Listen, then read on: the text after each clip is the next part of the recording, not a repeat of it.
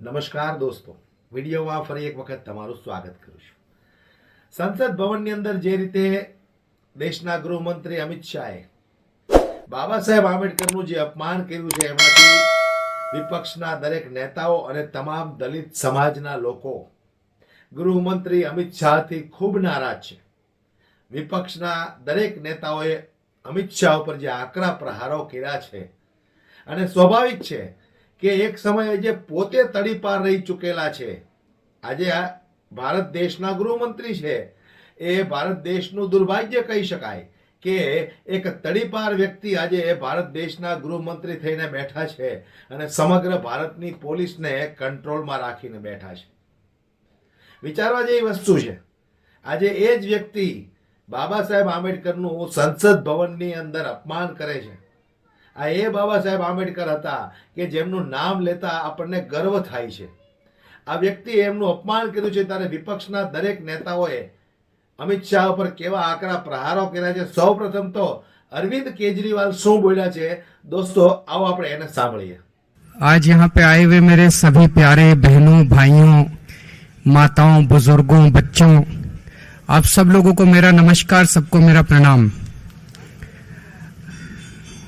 वाल्मीकि सदन में तो मेरा हर तीसरे चौथे दिन आना लगा रहता है.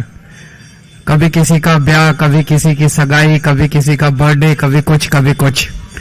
लेकिन आप से आए हैं वो बड़ा दुखदाई है, बड़ा पीड़ा, अंदर तक दुख हो रहा है.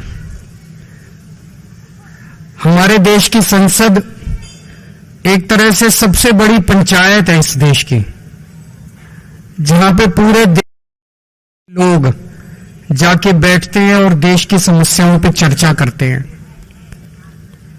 परसों शाम को 6:30 बजे के करीब हमारे देश की संसद में गृह मंत्री जी अमित शाह जी ने एक स्टेटमेंट दिया. उन्होंने कहा अम्बेडकर ये कहना आजकल एक फैशन हो गया है. इतनी बार अगर भगवान का नाम लोगे तो 7 जन्म में स्वर्ग मिल जाएगा. ये शब्द तो अपने आप में बहुत पीड़ादायक थे, अपमान करने वाले थे, बाबा साहब अम्बेडकर का अपमान करने वाले शब्द थे. लेकिन जिस लहजे में उन्होंने कहा, जो टोन थी उनकी कहने की, ऐसे लग रहा था जैसे अंदर से उनमें नफरत भरी पड़ी है. जैसे कहते हैं ना, हम कई बार हमारे कहने के लहजे में पता चल जाता है आदमी मजाक में बोल रहा है कि व्यंग्य कर रहा है कि दुख से बोल रहा है. लहजे में, उनके लहजे से लग रहा था कितनी नफरत करते हैं वो बाबा साहब अम्बेडकर से. एक बार मेरे को लगा शायद मुंह से निकल गया होगा, लेकिन अगले दिन प्रधानमंत्री मोदी जी ने बयान देके उनका समर्थन किया. अमित शाह जी का, जो अमित शाह ने पिछले दिन बोला संसद में, मोदी जी कह देते भाई ये जो बोला मैं इससे सहमत नहीं हूं, चलो हम मान लेते. हमें लगता भाई अमित शाह के मुंह से निकल गया होगा. मोदी जी ने उनकी बात का पूरी तरह से समर्थन किया और शाम को कल 5:30 बजे प्रेस कॉन्फ्रेंस करके अमित शाह ने अपनी बात को सही ठहराया. इससे क्या पता चलता है? इससे यह पता चलता है इन्होंने जानबूझ के, सोच समझ के ये बात संसद में कही थी, एक नीति के तहत कही थी, सबको, पूरे देश को मैसेज देने के लिए कि अंबेडकर के लिए उनकी क्या भावनाएं हैं. दोस्तों, मैं अपने आप को अंबेडकर जी का केवल फैन नहीं मानता, मैं उनका भक्त हूं, भक्त. मैंने पहले भी उनके बारे में बहुत पढ़ा, लेकिन जब जेल गया तो मैंने उनकी जीवनी कई बार पढ़ी. उनका जीवन पढ़ने से बहुत प्रेरणा मिलती है. जितना संघर्ष उन्होंने किया ना, मुझे नहीं लगता बहुत कम लोग हैं जिन्होंने जिंदगी में इतना संघर्ष करके, और एक मामूली सा आदमी कहां पहुंच गया, कितनी ऊंचाइयों पे पहुंच गया कि कोलंबिया यूनिवर्सिटी में ने अभी उनको पूरी सदी का सबसे बड़े विद्वान घोषित किया. अमेरिका की यूनिवर्सिटी ने, कि पिछले 100 साल में ऐसा विद्वान नहीं हुआ, इतना बड़ा उनको तमगा दिया है. पूरी दुनिया में उन्होंने नाम रोशन किया है. ऐसे व्यक्ति का इन लोगों ने अपमान किया हम लोगों ने आम आदमी पार्टी में बाबा साहब अंबेडकर की, हम दो महानुभावों को अपना आदर्श मानते हैं आम आदमी पार्टी में, बाबा साहब अंबेडकर और भगत सिंह। ऐसा नहीं कि हम दूसरों को आदर्श नहीं मानते। गांधी जी हैं, जवाहरलाल नेहरू जी हैं, सुभाष चंद्र बोस हैं, बहुत सारे हमारे स्वतंत्रता सेनानी हैं, उन सबको भी आदर्श मानते हैं, लेकिन इन दो को सबसे ज्यादा मानते हैं हम, बाबा साहब अंबेडकर और भगत सिंह। तो हमने दिल्ली सरकार में और पंजाब सरकार में आदेश पारित कर दिया है कि हर दफ्तर के अंदर इन दोनों की तस्वीर लगाई जाएगी। मेरी तस्वीर नहीं लगाई जाती। आप किसी सरकार में चले जाओ, उस सरकार में उसके मुख्यमंत्री की तस्वीर लगती है हर दफ्तर में।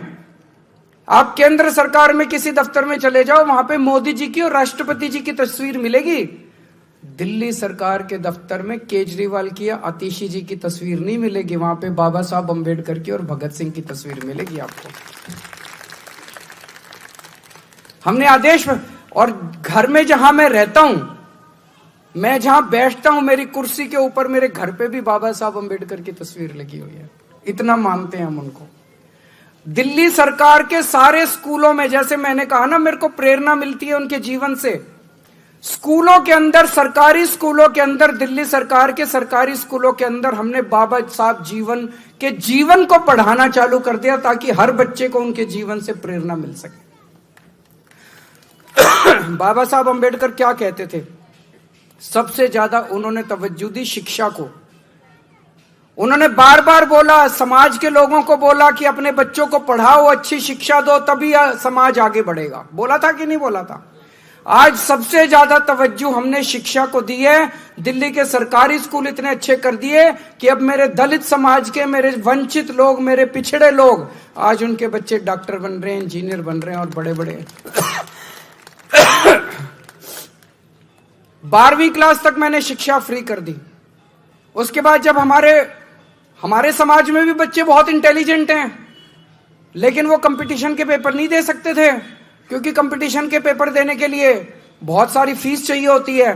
तो हमने कह दिया, भाई जो कोचिंग की फीस है वो सारी फीस दिल्ली सरकार देगी, आप अपने बच्चे का एडमिशन करा दो और सारी फीस हम। जय भीम योजना हमने दिल्ली के अंदर लागू करी। तो मेरी भावना बहुत बुरी तरह से मैं पीड़ित हुआ जब मैंने अमित शाह जी के स्टेटमेंट को सुना। और मैं समझता हूं मेरे जैसे करोड़ों करोड़ों लोग हैं जिनको पीड़ा पहुंची होगी। पीड़ा पहुंची कि नहीं पहुंची? सबको दुख हुआ। किस किस को दुख हुआ उनका? अमित शाह जी का बहुत दुख हुआ सब लोगों को वो स्टेटमेंट। वो कहते हैं कि इतना भगवान का नाम लोगे तो 7 जन्म में स्वर्ग मिल जाएगा।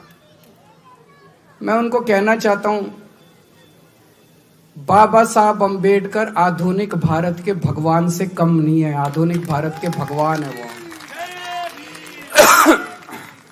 मुझे नहीं पता मरने के बाद स्वर्ग मिलता है कि नहीं मिलता, लेकिन जैसा अभी संजय सिंह जी ने कहा कि अगर बाबा साहब अंबेडकर नहीं होते और बाबा साहब अंबेडकर ने यह संविधान नहीं बनाया होता, तो भाई साहब आज इस देश के अंदर दलितों का, वंचितों का, पिछड़े लोगों का जीना मुश्किल हो जाता। स्वर्ग तो बहुत दूर की बात है, उन्होंने जीने का अधिकार दिया है हम लोगों को। आज ये जो बीजेपी वाले आजकल झुग्गियों में जा जाके रह रहे हैं, इनका मन नहीं करता झुग्गियों में जा जाके रहने को। कोई मन से नहीं जाते, ये मजबूरी है इनकी झुग्गियों में जाके रहना। और क्यों मजबूरी है? बाबा साहब अंबेडकर का संविधान मजबूरी है। कैसे? आप पूछोगे कैसे? संविधान में उन्होंने वोट का अधिकार दिया है। जब संविधान बन रहा था, संविधान सभा के अंदर चर्चा हुई, चर्चा में बातचीत उठी, भाई वोट का अधिकार किसको मिलना चाहिए? उसमें कई लोगों ने कहा कि वोट का अधिकार केवल पैसे वालों को मिलना चाहिए, गरीबों को नहीं मिलना चाहिए। उसमें कई लोगों ने कहा कि वोट का अधिकार पढ़े लिखों को मिलना चाहिए, अनपढ़ को नहीं मिलना चाहिए। ये 2 बातें उठी थी। एक तो ये कि गरीबों को नहीं मिलना चाहिए, और एक ये कि अनपढ़ लोगों को नहीं मिलना चाहिए। बाबा साहब अंबेडकर अड़ गए संविधान सभा में। उन्होंने कहा हर नागरिक को, चाहे पढ़ा लिखा हो, चाहे गरीब हो, चाहे अमीर हो, चाहे अनपढ़ हो, उनको वोट का अधिकार मिलेगा। भाई साहब, आज आपके वोट का अधिकार बाबा साहब अंबेडकर ने दिलवाया है। आज झुग्गी झोपड़ी में रहने वाले एक एक आदमी के पास वोट का अधिकार है, इसलिए बीजेपी वाले जाके झुग्गियों में रह रहे हैं। अगर बाबा साहब अम्बेडकर ने वोट का अधिकार नहीं दिलाया होता, ये सारी झुग्गियां तोड़ के इनको पता नहीं कहां फेंक देते ये लोग। गलत तो नहीं कह रहा भाई साहब? हर चुनाव के पहले देख लो इन बीजेपी वालों को, नौटंकी करके किसी दलित के घर में खाना खाने जाते हैं। चुनाव के पहले देखा कि नहीं देखा? नौटंकी करते हैं किसी दलित के घर में खाना। इनको दलितों से प्यार नहीं है, इनको गरीबों से प्यार नहीं है, इनको पिछड़ों से प्यार नहीं है, इनको आपके वोट से प्यार है कि नहीं बहन जी? इनको आपके वोट से प्यार है। वो वोट किसने दिया? बाबा साहब ने वोट दिया। अगर बाबा साहब आपको वोट नहीं देते, ये बीजेपी वाले मजाल जो आपकी, इनको मैं देख रहा था ये झुग्गी में जाते हैं। कल मेरे को एक बता रहा था कोई, जिस झुग्गी में इनका एक बड़ा नेता गया था, वहां से कोई मेरे से मिलने आए कुछ लोग झुग्गी से। मैंने पूछा क्या हुआ? बोले जी आया था 11 बजे निकल लिया, कट लिया। फोटो वोटो खिंचाई, थोड़ी देर हमारे बच्चों के साथ नाटक करा कैरम खेलने का, उसके बाद बोला लेट गया बिस्तर पे, बोला मेरी फोटो खींच लो। फिर लेटे हुए की फोटो खींच ली, फिर बोला अपने घर चला गया। सवेरे 6 बजे फिर आ गया। ये इनका प्यार है। दूसरे एक और नेता का पता चला, मैंने देखा सोशल मीडिया पे, उसको तो आपको छूने में तकलीफ होती है, आप में से बदबू आती है इन लोगों को। वो क्या कर रहा था, उसके बगल में एक और था उसका, उन्हीं की पार्टी का, वो अपने हाथ से उनका अपना पट्टा लेता था, अपने साथी को देता था और साथी पट्टा पहनाता था। खुद को तो पट्टा पहनाने में भी शर्म आती है, खुद को तो पट्टा पहनाने में भी तकलीफ होती है। अपने हाथ से पट्टा भी नहीं पहनाएंगे आप लोगों को, दूसरे के हाथ में देंगे, वो पट्टा पहनाएगा। आप सोच के देखो, अगर बाबा साहब ने आपको वोट का अधिकार नहीं दिया था, ये क्या हालत बनाते आप लोगों की। गलत तो नहीं कह रहा? ऐसी हालत बनाते ये लोग, ऐसी हालत बनाते आप लोग याद रखते। आज आपको पढ़ने का अधिकार मिला है, आपके लिए स्कूल बनते हैं। क्यों बनते हैं? बाबा साहब ने आपको वोट का देने, तो ये पढ़ने नहीं देते ये लोग। मजाल जो आपके अपने समाज को, पिछड़ों को, दलितों के लिए इसको स्कूल में नहीं घुसने देते। अंग्रेजों के टाइम में बाबा साहब का जीवन उठा के देख लो आप। बाबा साहब जब स्कूल जाते थे, इतनी छुआछूत थी। जिस क्लास में मैंने पढ़ा है उनका पूरा, जिस क्लास में, उस क्लास अपने साथ टाट ले जाते थे, वो बोरी पे बैठने, वो बोरी ले जाते थे, उनको क्लास के बाहर बिठाते थे और क्लास के बाहर बिठा के कहते थे अंदर जो टीचर बोल रहा है बाहर आवाज आएगी, वही सुन के पढ़ लियो। इतनी छुआछूत थी।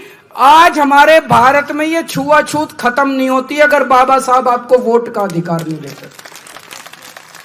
आज भी आपको क्लास में नहीं घुसने देते, ये उसी पानी नहीं पीने देते आपको, अगर ये आपकी परछाई से इन लोगों को तकलीफ होती अगर बाबा साहब आपको वोट का अधिकार नहीं देते। बहुत बड़ा अधिकार, आपने कभी सोचा नहीं होगा इस तरह से भाई साहब जो मैं बोल रहा हूं।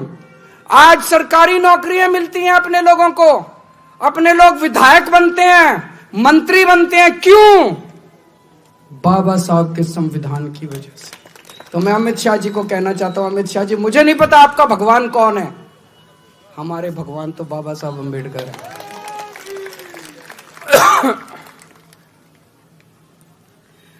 इन्होंने हमारे भगवान का अपमान किया है। ये सावरकर को मानते हैं, मानो, हमें कोई तकलीफ नहीं, जिसको मर्जी मानो तुम अपना भगवान। हम तो अपने बाबा साहब अम्बेडकर को भगवान मानते हैं। हमने तुमको कुछ नहीं बोला, तुम्हारी हिम्मत कैसे हो गई हमारे भगवान के खिलाफ बोलने की? बर्दाश्त करोगे? बदला लोगे? लेना पड़ेगा बदला। चुप नहीं बैठेंगे, मैं तो नहीं बैठूंगा, कम से कम मैं तो नहीं बैठूंगा। घर घर जाऊंगा, मैं घर घर जाऊंगा, घर घर जाके लोगों को जागृत करूंगा, लोगों को इकट्ठा करूंगा। दोस्तों, अब टाइम आ गया है, आपको चुनना पड़ेगा।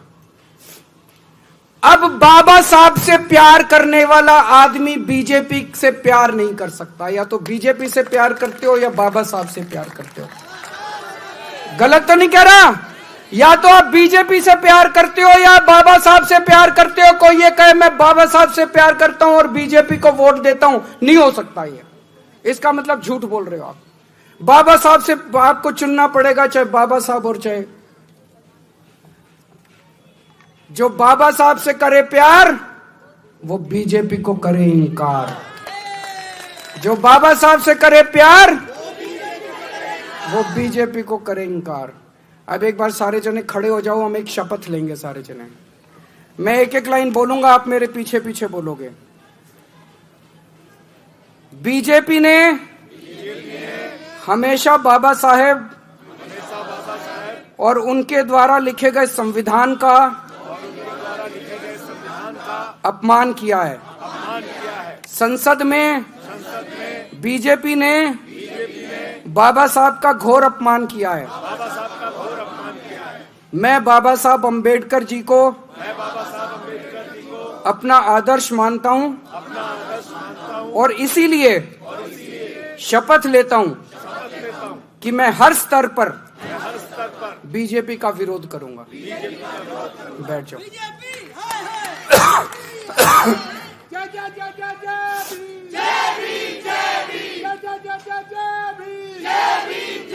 अब ये शपथ अपने को घर घर जाके लोगों से साइन करानी है। मंजूर है? टाइम देना पड़ेगा। जो जो लोग बाबा साहब से प्यार करते हैं उनको तन मन धन से, जो जो लोग बाबा साहब से प्यार करते हैं उनको तन मन धन से अब इस आंदोलन में जुड़ना पड़ेगा। अंत में मैं 4 लाइन ही कहना चाहता हूं जो मैं बहुत मानता हूं। रुतबा मेरे सर को तेरे संविधान से मिला, ये सम्मान भी मुझे तेरे संविधान से मिला। औरों को जो मिला वो मुकद्दर से मिला, मुझे तो मुकद्दर भी तेरे संविधान से मिला। जय भीम, बाबा साहब अमर रहे। जय जय जय जय जय भीम। તો સ્વાભાવિક છે કે જે બંધારણના હિસાબે સમગ્ર ભારત દેશ આપણો ચાલી રહ્યો છે એ જ બાબા સાહેબ આંબેડકરનું અપમાન કર્યું છે તો વિપક્ષના નેતાઓ તો એમની પર તૂટી જ પડવાના છે, પણ પોતે કેમ ભૂલી જાય છે કે એક સમયે હું પણ તડીપાર હતો। આજે જનતાને મૂર્ખ બનાવી, બેવકૂફ બનાવીને દેશનો ગૃહમંત્રી બની ચૂક્યો છું તો મન ફાવે એવા નિવેદનો આપવાના। દોસ્તો, હાલ વિડીયોમાં બસ આટલું જ। આ વિડીયો વિશે તમારું શું કહેવું છે મને કોમેન્ટમાં જરૂરથી જણાવજો। વિડીયો પસંદ આવ્યો હોય તો ખૂબ શેર કરો, દરેક લોકો સુધી પહોંચે, દરેક લોકોને ખબર પડે કે વારંવાર દલિત સમાજનું અપમાન કરતા, બાબા સાહેબ આંબેડકરનું અપમાન કરતા આ ભારતીય જનતા પાર્ટીના એક પણ નેતાઓ જરા પણ શરમાતા નથી અને ચૂકતા પણ નથી। જય હિન્દ।